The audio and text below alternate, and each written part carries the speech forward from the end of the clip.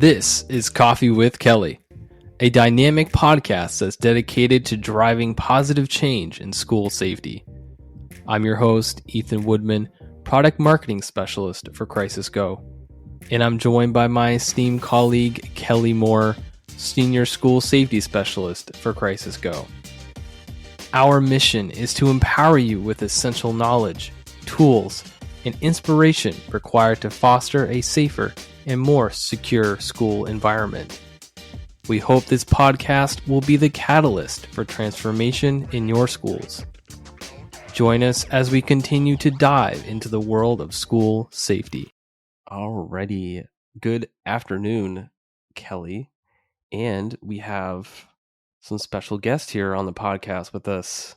We do. Yeah, so we have Brett and Hunter from, hopefully I'm saying this right, from Abet. And I'm going to, as usual, let them introduce themselves and tell us about what they do.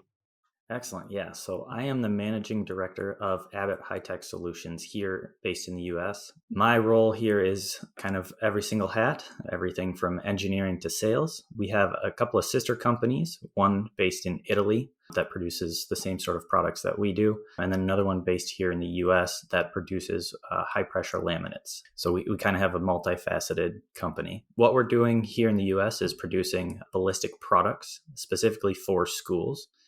And one of the big things for us is relying on our sister company to add multiple different decoratives to the ballistics as well as, the functionality that we would provide.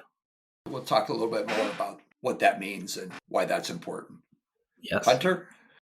Hi, I'm Hunter Johnston. I'm the president of Spartan Shield, this consulting company. And I had the fortune of meeting Brett and the management in Bra, Italy of Abet HTS. I've got a 12-year background in special ops as a ranger and a 28-year business career in several different industries and private equity as well, leading businesses and turning them around for sale. I have a strong engineering background and all the different hats, as Brett mentioned before, around sales and marketing and providing solutions to customers, and that's really how I'm oriented. So I'm an authorized sales agent for Abet HTS in the U.S. and work very closely with Brett. Awesome. So let me give a little bit of background of why we're here today, right? So I met Brett, Hunter, and several others at a National School Safety Conference in Las Vegas this past July. It was July. Yeah. We started talking about solutions and how do we protect our kids and so forth, just general safety stuff. And one thing led to another, and they provide a ballistic panel that is installed in your school, either retrofitted or during actual new construction. And so we started talking about why is that important and what are we trying to accomplish? And what we really want to talk about today is this sort of concept of compartmentalization and compartmentalizing your school in an effort to accomplish two things: isolate the assailant and isolate the students and staff away from the assailant. Let's talk a little bit about that concept, right? So from your guys' perspective, why is that important? And, what are some of the key components to compartmentalizing a school?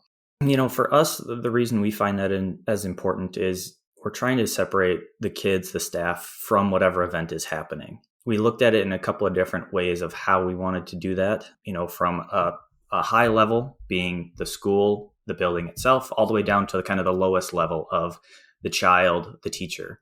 From there, we kind of assessed what that would look like and the best ways to compartmentalize the school. So, from a broad scope, there's exterior doors. Once you come in the school, there's corridor doors that you could use. You get down to classroom doors, even desks. And then, personal protection is kind of the last instance that we've thought about as well. So to follow up on Brett, so you've got the classroom itself. And if you consider that a safe room, then you can't penetrate that compartment. But obviously there are multiple compartments in a school. So with the theory that you've talked about, Kelly, before, left of bang, you want to have protection systems before that happens. So if you can see somebody coming into a hallway, either by notification or by camera, and you have hallway closures that cannot be penetrated, it's almost like trapping a particular individual in a space. And if all the surrounding areas are all protected, then that person can't go anywhere and they can't cause any harm. And that's really the thought process there, is if you have visual, either through cameras or through human communication, then you have an ability to compartmentalize. And I think that's very important so that it minimizes the harm. So for instance, if you have the left wing of a school and that is now closed off and all the doors are closed and you cannot penetrate those, nor can you penetrate the walls, then the rest of the school is much more safe. They can't have any interaction whatsoever. Back to you. So when we start talking about security and providing security for our people, there's this security concept of concentric circles. The asset, the person that you're trying to protect is the center of that, the bullseye within this series of concentric circles. And so the further out you go, the more penetrable the security is, right? Mm-hmm. And so as you reverse and you come back in, then you need more and more layers of security to protect what's most precious to you or what your mission is, right? When we start talking about ballistic protection and so forth, most of us think about this sort of man-trap foyer where you see somebody walking through the front door and you see somebody with a weapon or something that you can shut that down. So now they're trapped, right? So, and that system is great if they enter the front door. And if you get them trapped in that man trap, because there's things that have to occur prior to that being activated, right? So what we're talking about is that the threat's already in the building. If you haven't protected and they've gotten through your exterior or your further out concentric protections, and now they're inside. And when we're talking about these compartments, think of it this way, from my perspective, is if you have a boat and you're on the water and then you have a hull failure or a penetration of the hull, and your boat has been compartmentalized, you can shut that damaged compartment off and your boat is not going to sink. Same sort of, if something has penetrated your hull, your exterior, and you have that ability to isolate it, then the rest of the school is safe and you can still go about, obviously you're not going to go about your day, but your school isn't going to be harmed as much. You still got to deal with what's the damage is, right? You talked about a couple of different concepts, and let's start sort of on the exterior circle and work our way kind of into how we compartmentalize this, because one of the things that I do in my daily job and as part of my craziness in this, and looking through every aspect to see what I can do to help people remain safe, is there are so many people who are trying to do this, but they don't quite understand that concept. And their solution, they might give you a safe room, but you say, well, wait a second, that's really not accomplishing what, and we'll get into those in a little bit. But so the exterior. So when we're talking about exterior doors, what's the best way to do that? Because a lot of our schools are glass front doors, those types of things. What's the best way to protect that outer layer? Yeah, I mean, so it kind of depends on, I think, the location of where that door is and kind of what it's being used for. So, like a front door, where people are coming in and out, it probably makes a lot more sense to be a glass type product where people on the inside can see if someone's coming up to the front. They have easy line of sight. that makes sense in those areas. Now, when you get into areas that are not necessarily needing to be accessed as often, storerooms, that kind of stuff, you can look at more of a steel-based system or a non-see-through door where, you don't necessarily need to be able to see through it, but it's there as another way of blocking that entrance. In some of those instances where maybe those are just exit doors, they're used for egress, but not actually coming in the building. Those are typically, I think, what I see as the kind of the necessary uses of some of the doors, and it's all based on the location of them. Well, to me, my thought process is that to your concentric circle analogy that you're talking about, if all the exterior doors are ballistic doors and they have a see-through portion of the glass, almost like a door to a classroom, that has protection that's out there in the market that can allow you to put some type of film over the glass, then a person cannot necessarily get through the glass, nor can they get through the door if it's locked. And then as they enter, then the vestibule coming into for instance, a check-in for student identification, that could all be glass. So what the point is if you can see somebody coming from the outside, you can protect that and stop that, while interior, you have a more aesthetically pleasing area where you can see people as they come in and get introduced. The more you do on the exterior like that, or with hallway doors, the less you would have to do it on an individual door, because all of the teachers, from what I've seen, are trained to have a special type of lock on the bottom of their interior doors, which are all hardcore doors. It's the glass that's in them that may or may not be protected. So for me, if I was saying, if you want to spend your money, it would be on hallway doors and exterior doors, because once they get in there, then they're not going to get through that door. A person is not going to take the time to try to knock a door down. They're going to take the easier path, and they're going to try to go through the glass. And if the glass is protected, then they've got to go to the next to find that point that's really easy to get through. So really the thought process there is make the person have to spend more time, and they're going to move on to the next. And if you've got it protected from the outside in, I think that is a possible solution. It's, when you look at a budget to put doors and hallways and so forth together with ballistic material, and you have 50 classrooms, but you have 10 exterior doors. From an economics perspective, when you first start, I would go exterior, and then as I have more, I would come in. Now, difference, what you said, Kelly, before is if I've got a new school, it's more economical for me just to build it into the progression of the school and be thoughtful about how the students are going to be protected. And another item that I thought of too is if you have the capability of having what I would call a command and control center in your school. Some do, some don't. The command and control center is within the police force. But if you think of having a safe room where nobody can get into that and all the monitors are up and you can see all the cameras and you get all the communication, then really the command and control is not penetrable. Those are some of the things. A strong point, other than the functionality of it, is this is a solution that is scalable. Yes, so, correct. Depending on your budget and your priorities, you could put in one door or 100 doors. If you need 100 doors, but you have the budget for one, you just keep adding. Checking them off as you get the money to buy them, right? The objective here is we want to be able to keep those who wish us harm out as far away from us as we can. Agreed. So that becomes the first priority, because that's the first barrier that they have to pass.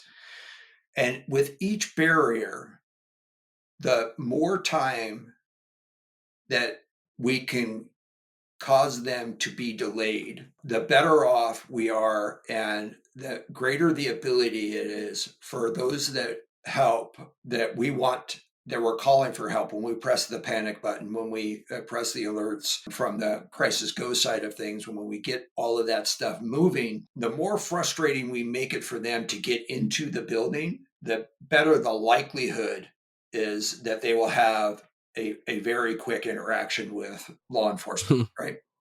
Correct. Well, an example too is to look through past situations, which I know you've been involved with and actually have been responsible for making things stop and get a solution is that, for instance, if you've got 2 floors and the person wants to go to the second floor, but they can't, then you look at one of the past ones where they got up and they got into a really high position that allowed them to do more harm outside and inside. So if you're able to do what you're talking about, it was less than 10 minutes. They had 10 minutes. So when you have 10 minutes and you keep hitting obstacles that you can't get through, well, then your mind says, well, I think I might want to get out of here. I don't want to keep doing this. Because the ticking is going on. The clock is counting down. Ethan, feel free to stop me anytime that you want to say something. I have a good question, but I'm saving it for a little bit later. Go ahead. It's kind of moving towards the inner circle, but question that I think you get is, okay, the scenarios that we're thinking of right now is the obvious perpetrator that's coming in, black clothing, whatever you want to call it, right? But then there's a lot of these situations where they're actually starting inside the classroom. Inside, that's right. And it's funny that Hunter mentioned this of like, if you lock your doors, blah, blah, blah, right? So that's like, it sounds like a really simple thing, but a lot of these things that have happened are because of that simple lack of procedure of just locking the door, right? Someone propped open the door at like the back of like the recess area, and they just got in, and or there was the one that happened to be not really a threat, but it was almost perceived as a threat initially, where like it was like a DoorDash person that like got into the school. And they were just walking around. They're like, how did this person even get in here? And they just walked in through an open door in the back. That's interesting that you mentioned that. So that's kind of my question is, what happens if, because of, they somehow got through the metal detectors and security guards and all that, and they're already in the classroom? When you talk about that, we always talk about the failure points. Yeah. Right? We're 26 years past Columbine, and we're still trying to figure it out, right? And in fact, the majority of our school security and safety people are trying to keep the threat out of the building. The reality is that our most dangerous threat is already inside the building. And so what's the failure point? So the idea of the compartmentalization is that you have a failure point. Right. And that failure point, in my example, is the boat and a breach of the hull, right? And so now you have to compartmentalize that breach, isolate it so the rest of the boat doesn't flood and sink. In this case, what we're saying is that exterior door is the hull. And now we have to compartmentalize the rest of the school. Now there's ways of doing that, obviously, right? And as we start from the outside, where we're adding ballistic protections to the doors, ballistic protection only helps if those doors are shut and locked. Correct. What's our biggest failure in safety and security? The single biggest failure in safety and security? Somebody not paying attention to the systems. People. That are in place. People. Yeah. People are our biggest failure, but they think that if I have ballistics, I'm safe. Well, you're only safe if you shut the door, hit the lock. From that perspective, you're assuming that somebody is going to penetrate your initial perimeter. Yes. So now you have to add something to tighten it down a little bit. You have to be bolstered interior. And again, it goes back to the solution-based approach. So, ideally, if to your example, Ethan, let's say that they just had regular doors or they left them open because they didn't lock them like they were supposed to. At the very minimum, when you get into that center circle, if every single one of those doors on the classrooms were able to be closed by the teacher with their students inside because they have control over their situation, and you can't get through that door, then now you've got a situation where even if I was to bolster it up, so we had the opportunity to make chalkboards be that same, material. So you could be writing on it and magnetic and all that other stuff. You could do things inside of a classroom that have places for children to go in case the shooter says, well, I can't get through the door, so now I'm going to run around on the outside, and I'm going to try to get in from the outside. So it just depends on the different layers, but the difference is that you don't have to erect something or push a button to have something deploy. It's just there. So really the whole point there is, okay, get everybody in the classroom and close your door. Once you've closed your door, you're good. Yeah. You can't get through it. So it just depends on your budget and your thought process, right, Kelly? Yeah. Here's one of the fallacies in what we do. And it's not what we do, it's the perception of what we do. And what I mean by that is we practice lockdown drills annually, at least twice in most jurisdictions. But sometimes it's much more often than that. But we go through the process of going through all of the lockdown procedures, right? Locks lights out of sight, get to a safe area within the room, and turn out the lights, sit on the floor, and be quiet so nobody knows you're there, right? So then we come around during that drill and we poke our heads through the window and we try to see if we see anything. And then we say, okay, great job, right? So that's what we've trained. Great job. What did we also train there? That this is going to be over in 5 minutes. Right. And the reality is, in most of these cases, even if the incident itself has been dealt with, stabilized, I'll call it, that we don't know that it's stabilized when it's actually been stabilized for a number of reasons. We almost 100% of the time, we get report of multiple shooters. And there's reasons for that. You might have, and just imagine you have somebody in the office area right next to where the office is, and they're firing shots. But there's two wings.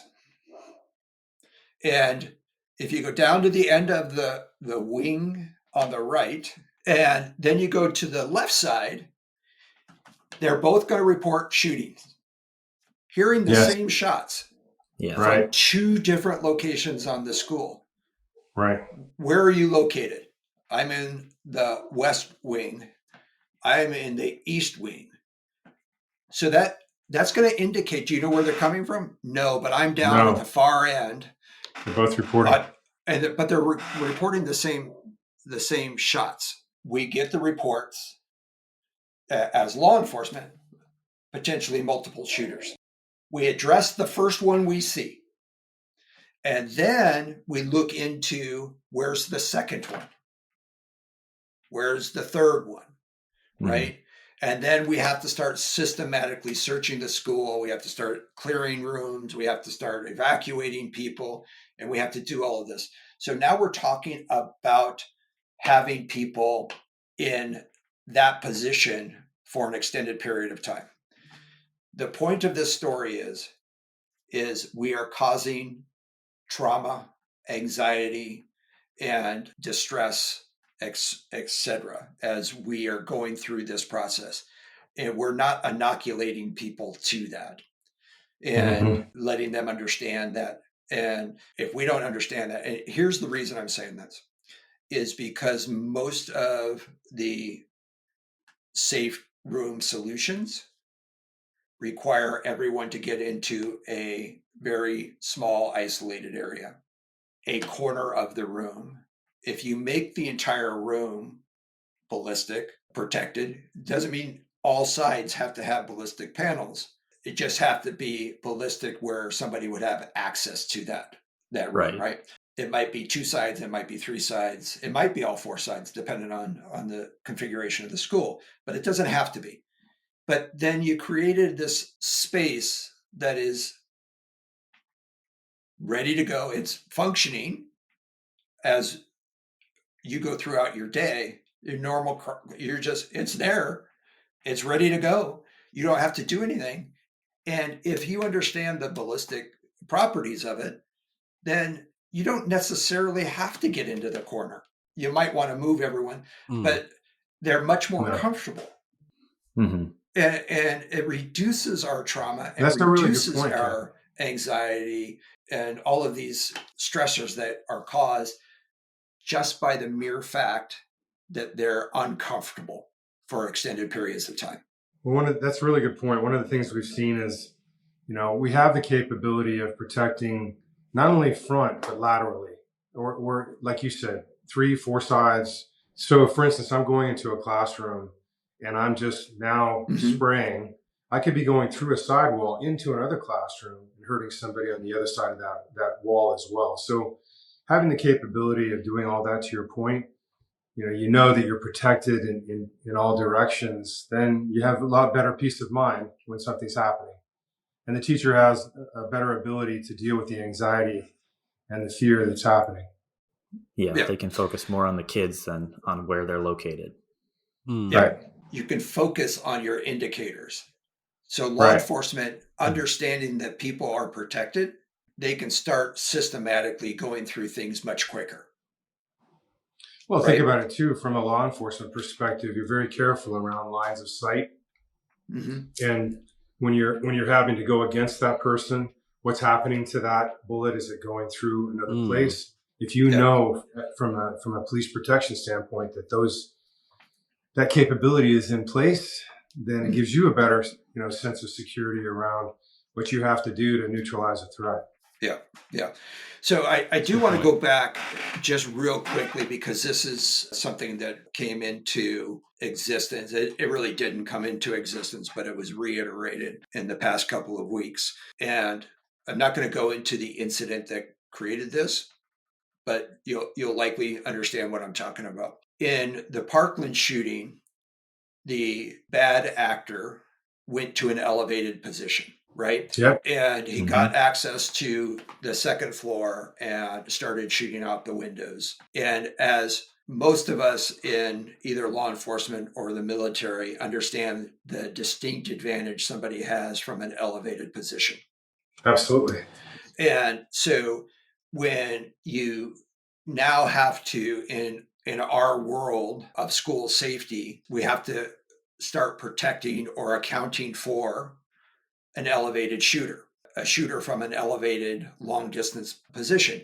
And why this is important is if we have the ability to limit their ability, even if they get into our school, access to these high positions, then we're doing a much better job at protecting our kids, right? That's the example I was referring to previously. Just understand that that's part of this new. It's not new because it was Parkland. We had an elevated position sniper in the Harvest Festival in Las Vegas, and several other incidences protecting those people from gaining that kind of access.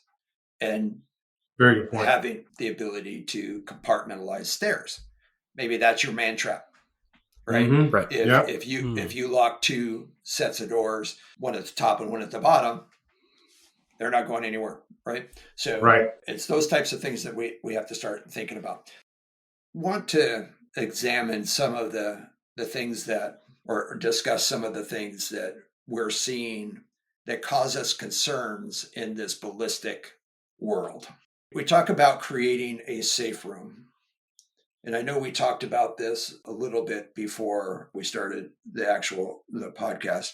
Let's talk about some of the other solutions that are ballistic that are out there, right? Some of it is aesthetic. And in our world, we have to strike a balance between effectiveness and the ability aesthetically pleasing and to make it so that it doesn't look like a fortress or a prison or what have you, right? The blend in factor. In other words, you don't realize it's there.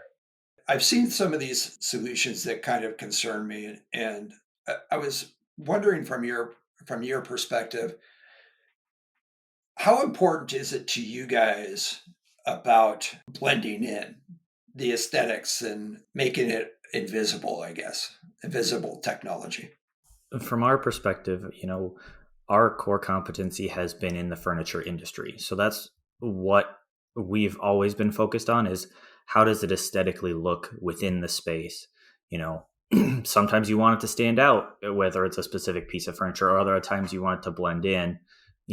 That's where we're finding this to be the most advantageous for us is that these products should be there to protect children and the students, but they shouldn't really know that they're there. They should be able to use them every single day in the classroom, however they need to, on a day-to-day basis. And then in an emergency, it's still always there to protect them and do what it needs to do.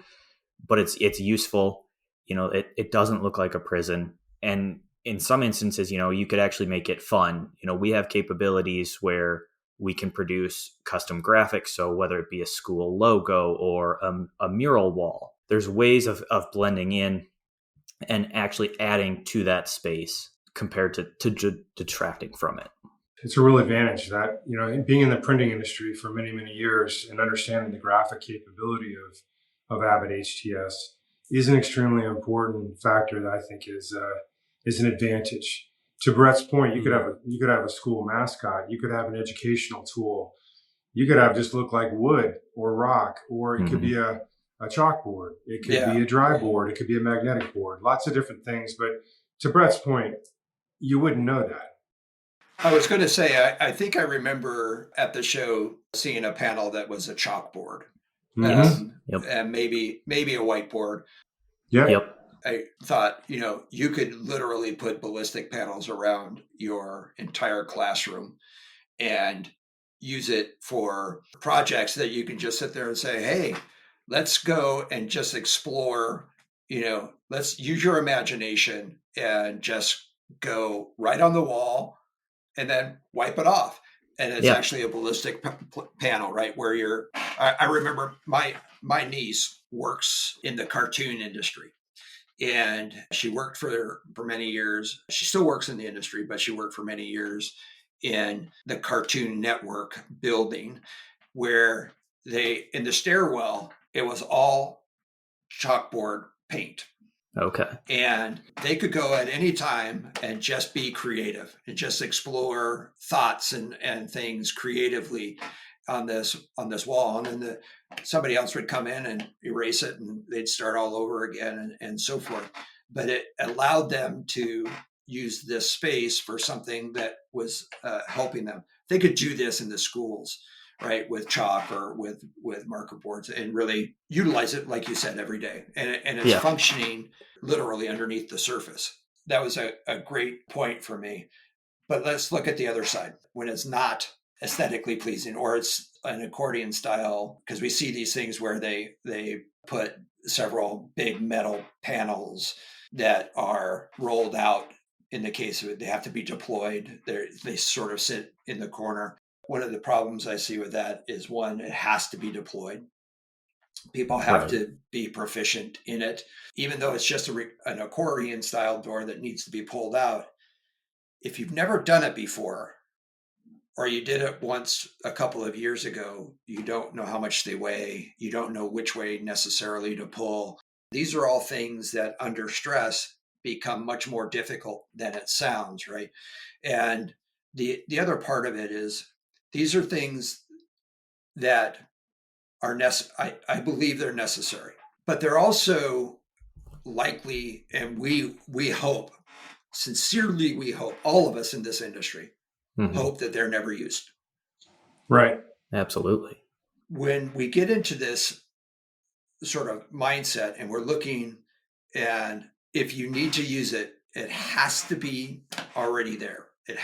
You can't run down the hallway to grab it and then bring it back in. You can't go and try to deploy something that you've never deployed before, even if it's simple. But the other thing is if you walk into a classroom every day and you see this big metal monstrosity, it reminds you of every day of what the potential is. Why it's there. Right. Exactly. Yeah.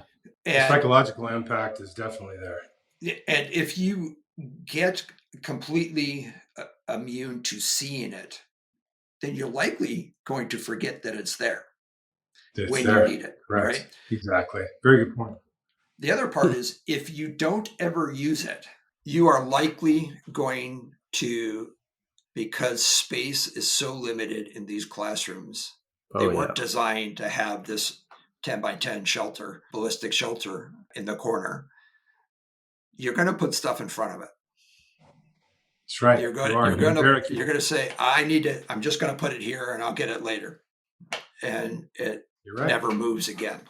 So the thing I think about with that too is like in situations where like, okay, what if the event is happening and it's not during class time and the students are just out in the hallway and you just said, and the protocol is get in a room, right? Right. But like maybe you've now that room is over capacity.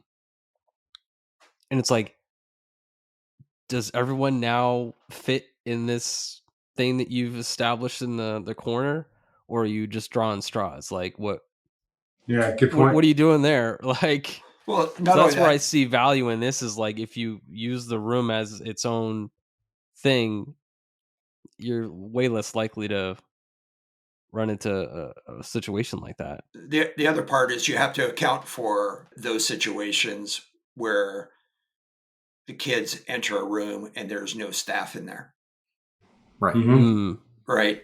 So you have kids in there who've never deployed something. They might not even understand what it's there for. The potentials, you have to account for all of those.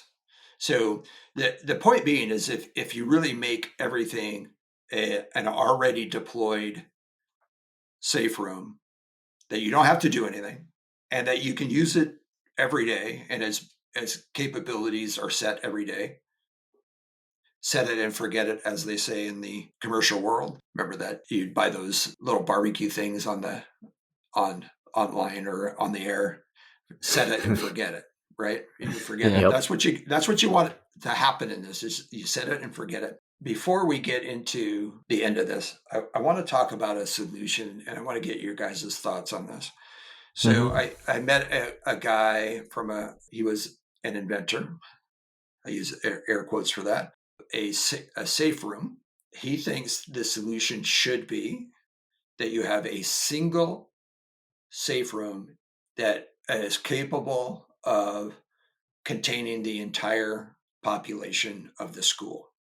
What are some of the issues that you see with that? I'm going to bring up Ethan's comment, which is people are not coagulated in the same place unless it's a school function, like they're in the gym and they're having a pep rally, or they're all in the cafeteria kind of thing. But normally they're moving through hallways and going to classrooms and transferring in between. And to your point, Ethan, if something were to happen and my classroom's all the way down the hallway, am I going to run all the way down to my classroom in the hallway? No, I'm going to go to the closest door I can and get inside that classroom. Yeah. So I think to your point, Kelly, it sounds great, but in the moment of actually having to react, it's not feasible because someone has to transport themselves a longer distance to get in there. And then what about all the rest of the folks that are not able to get in? And you have this situation where I don't know if I'm going to let anybody else in because I don't know if that, the bad guy is out there too, instead of getting into my secure space that I'm very familiar with.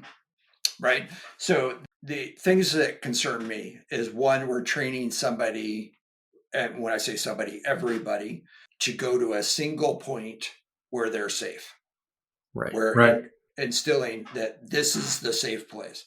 So no matter where you are in school, if you're trained to go to this designated safe space, that's where you're going to go. People resort during panic times, and we know this in law enforcement and the military.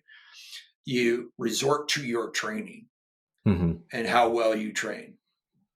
So if you train to a single solution or a single point of being safe, that's where you're going to go.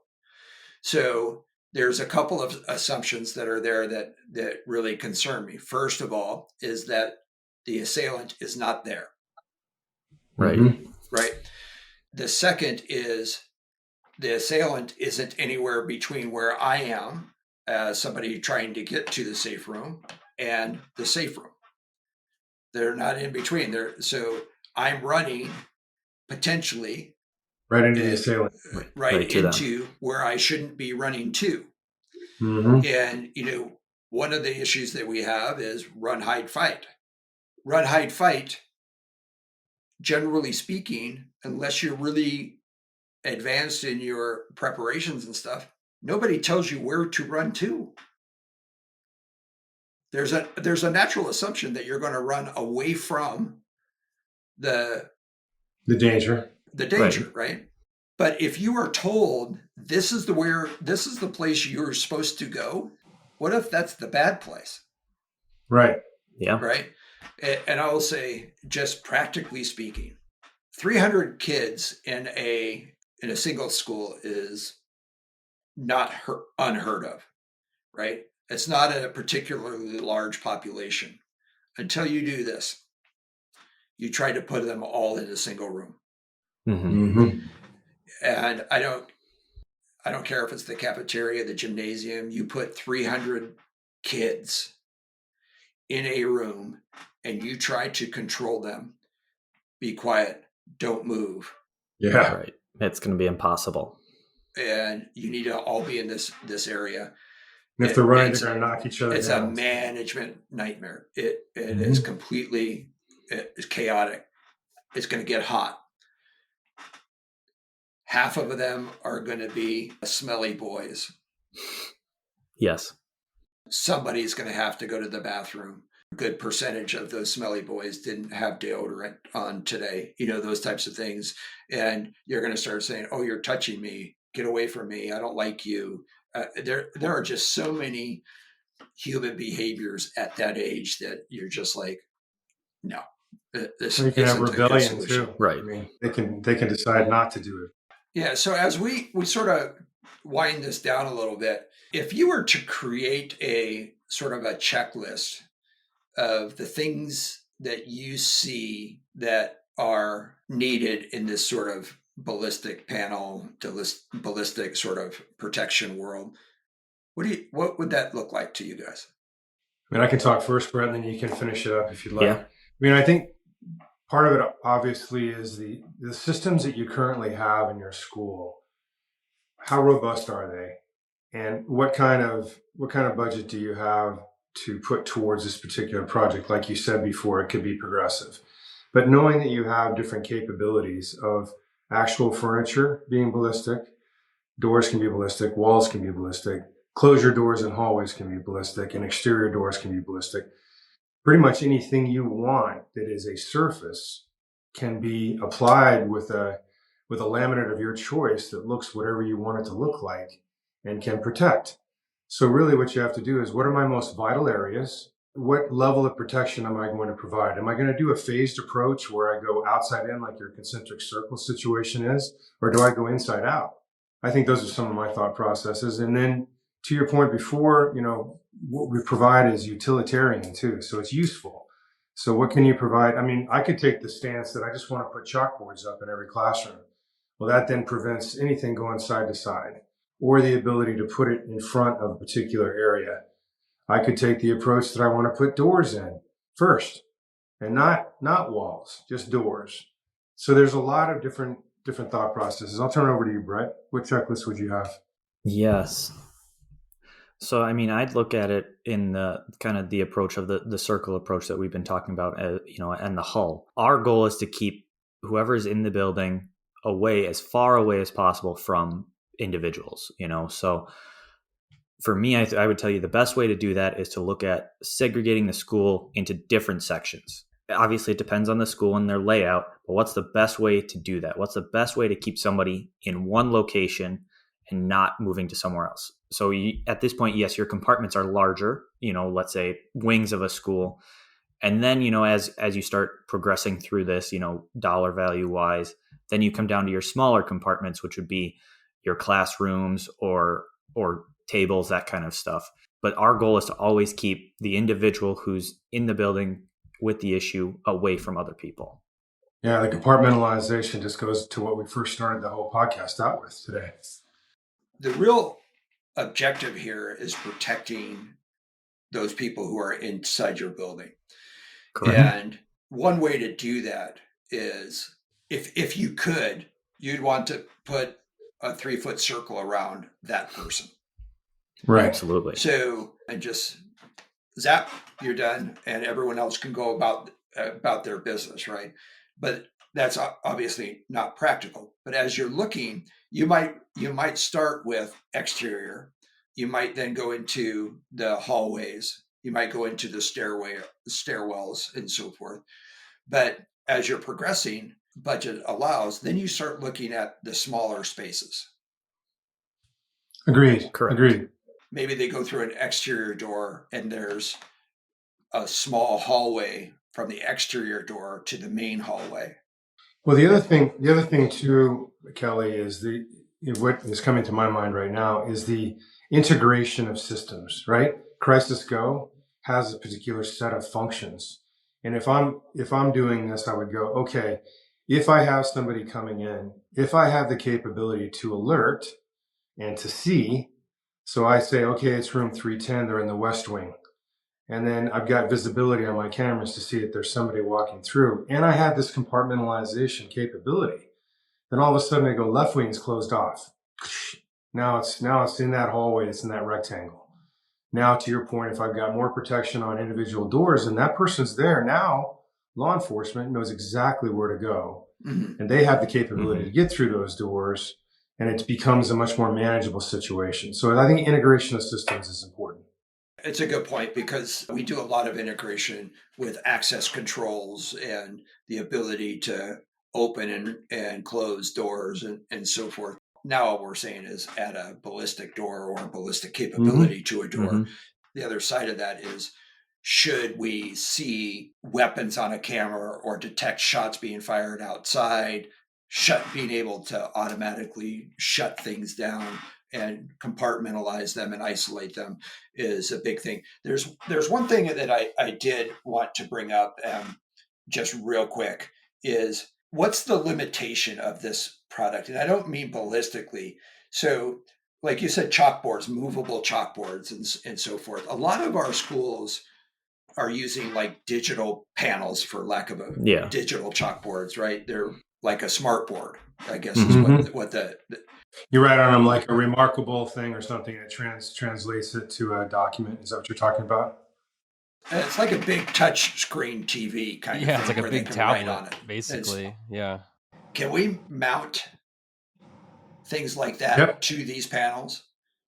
You have to reinforce it because the panels obviously are heavy.